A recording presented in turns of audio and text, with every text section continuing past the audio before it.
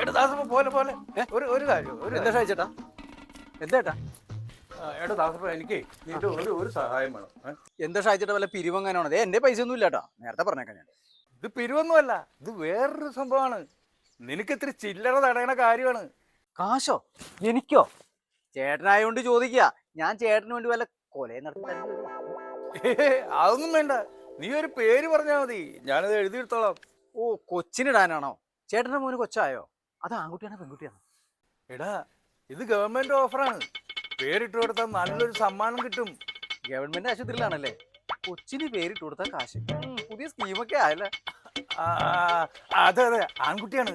നീ നല്ല പവറുള്ള പേരൊരെണ്ണം പറയടാ. ചേട്ടാ, പേരക്കിടാങ്ങൾ ഉണ്ടാവുന്നതൊക്കെ ഒരു ഭാഗ്യാണ് ചേട്ടാ.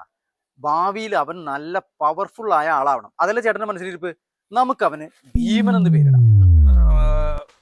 ഭീമനോ? അത് പഴയ പേരല്ലേടാ. എന്നാൽ നമുക്ക് നല്ല സ്റ്റൈലുള്ള പേര് വേണം. യൂത്തിന് ഇഷ്ടപ്പെടുന്ന ടൈപ്പ് വേണം. പേര് കേട്ടാത്തൊരു കിക്ക് വേണം. ഓ, കിക്ക്. ചേട്ടൻ നല്ല ഫുട്ബോൾ പ്രേമിയാണല്ലേ? ഒരു പണി ചെയ്താലോ, നമുക്ക് വിജയൻ എന്ന് പേരിടാം. എങ്ങനെയാ? ഒരു നാടൻ ടച്ചും ഉണ്ട്. വിജയൻ? വിജയൻ ഒന്നും വേണ്ട. വിജയൻ എന്നൊക്കെ പറഞ്ഞ അടിക്കാൻ പറ്റൂടാ. എന്റെ പൊന്നെ, കൊച്ചുങ്ങളെ തല്ലാൻ പാടില്ല കേട്ടാ. അവര് വളർന്നു വരുമ്പോ നല്ല ബോധമുള്ളവരായി തീരണം, മനസ്സിലായ? ദാസപ്പ, ബോധം വരാനുള്ളതല്ല, ബോധം പോവാനുള്ള പേരാണ് വേണ്ടത്. പറന്ന് നടക്കണം. ഓ, പറന്ന് നടക്കാൻ. പൈലറ്റ് ആക്കാനാണ് ആഗ്രഹം കൊച്ചിനെ അല്ലേ? കൊച്ചു കള്ള. എന്റെ കയ്യിലൊരു വെറൈറ്റി പേരുണ്ട്, പുഷ്പകൻ. ഇങ്ങനെയുണ്ട്. പുഷ്പകൻ? ദാസപ്പ, ഇത് വിമാനമല്ല.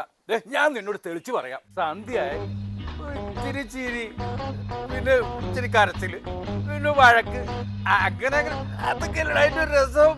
ചേട്ടാ, സന്ധ്യയായാൽ കൊച്ചിന്റെ ചിരി, കരച്ചില്, വഴക്ക്. എന്നാ പിന്നെ നമുക്കൊരു പണി ചെയ്താലോ? ദൈവനാമത്തിൽ നിന്ന് പറഞ്ഞെടുത്താലോ?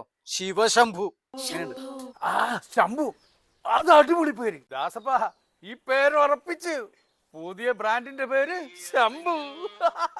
ബാറിൽ ചെന്നൊരു ശംഭു ഒഴിക്കും മോനെ ദിനേശ് എന്ന് പറയാൻ നല്ല രസമായിരിക്കും അല്ലേ? ബ്രാൻഡോ?